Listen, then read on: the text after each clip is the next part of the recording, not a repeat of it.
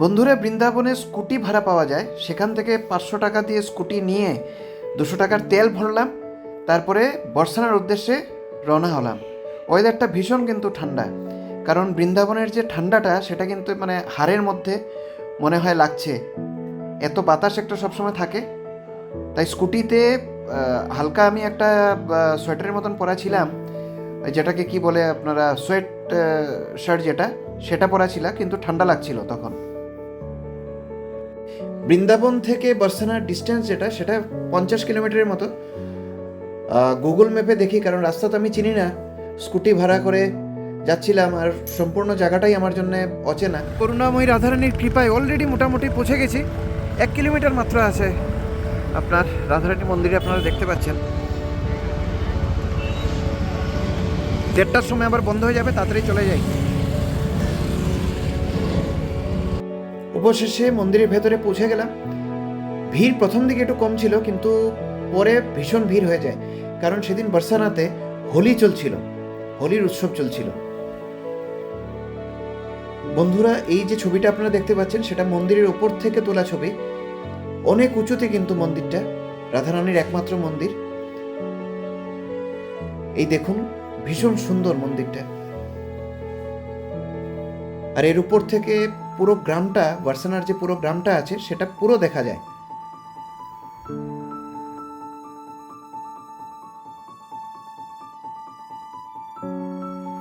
কথায় আছে অনেকেই বৃন্দাবন আসেন, কিন্তু রাধারানী নাকি বৃন্দাবন ঘুরিয়েই সবাইকে পাঠিয়ে দেন। বর্ষানাতে খুব কম মানুষই আসতে পারে। যদি রাধারানী চায়, যারা আসবে তারাই কিন্তু বর্ষানাতে আসতে পারে। হয়তো রাধারানীর অশেষ কৃপা আমার উপরে ছিল, আমি বর্ষানাতে পৌঁছেছিলাম, কারণ এই কথাটা কিন্তু আমি জানতাম। আর আমার সবসময় মনে ভয় ছিল যে আমি বর্ষানাতে অবশেষে পৌঁছতে পারবো কিনা, কিন্তু রাধারানীর আশীর্বাদে অবশেষে আমি বর্ষানাতে পৌঁছে যাই। তো সেদিন ওয়েদার কিন্তু খুব একটা ভালো ছিল না, তাই চট করে সেলফি স্টিকটা বের করে যতটুক পারি সেই ফটোগুলো তুলে নেই, কারণ মন্দিরের ভেতরে কিন্তু আপনি কোনো ফটো তুলতে পারবেন না, সেখানে খুব রেস্ট্রিকশন। তাই মন্দিরের বাইরে, মানে ওপরেই ছিলাম, মন্দিরের বাইরের থেকে আপনি মন্দিরের বাইরের দিকটা আরামসে তুলতে পারবেন, সেখানে কোনো প্রবলেম নেই। কিন্তু ভেতরের কোনো ফটোই আপনি তুলতে পারবেন না, কারণ সেখানে যারা আছে তারা এসে কিন্তু মোবাইল চেক করবে এবং চেক করে ভিডিওগুলো ডিলিট করে দেয়। সেটা কেন করে জানি না, কিন্তু ভীষণ রেস্ট্রিকশন।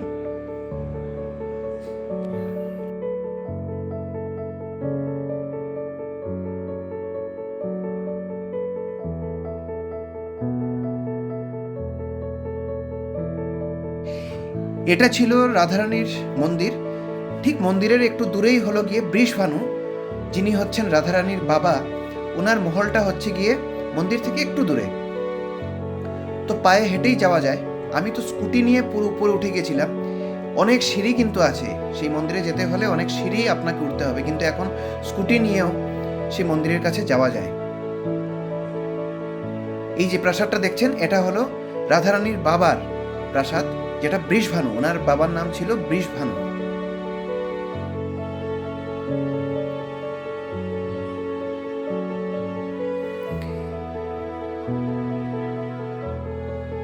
এই মহলের বাইরেও কিন্তু পার্কিংয়ের ব্যবস্থা আছে। আপনি স্কুটি বা গাড়ি যেটাই নিয়ে যান, সেখানে পার্কিং করতে পারবেন, কোনো অসুবিধা নেই। পার্কিং করে তারপর সেখানে, যেখানে মন্দিরটা আপনাদেরকে দেখালাম, বার্সানার যে রাধারানীর মন্দিরটা, সেই মন্দিরে যেতে পারবেন। বৃন্দাবনে একটা খুব প্রবলেম হচ্ছে বাদরের, কারণ যদি চশমা আপনার চোখে থাকে তাহলে কিন্তু বাদর চশমা খুলে নিয়ে যায়, যেটা আমারও নিয়ে গিয়েছিল। কিন্তু বার্সানাতে কোনো বাদর কিন্তু আপনার চশমা নেবে না, এতটুকু নিশ্চিন্তে আপনি থাকতে পারবেন। চলুন প্রাসাদটা আপনাদেরকে একটু ঘুরে দেখাই।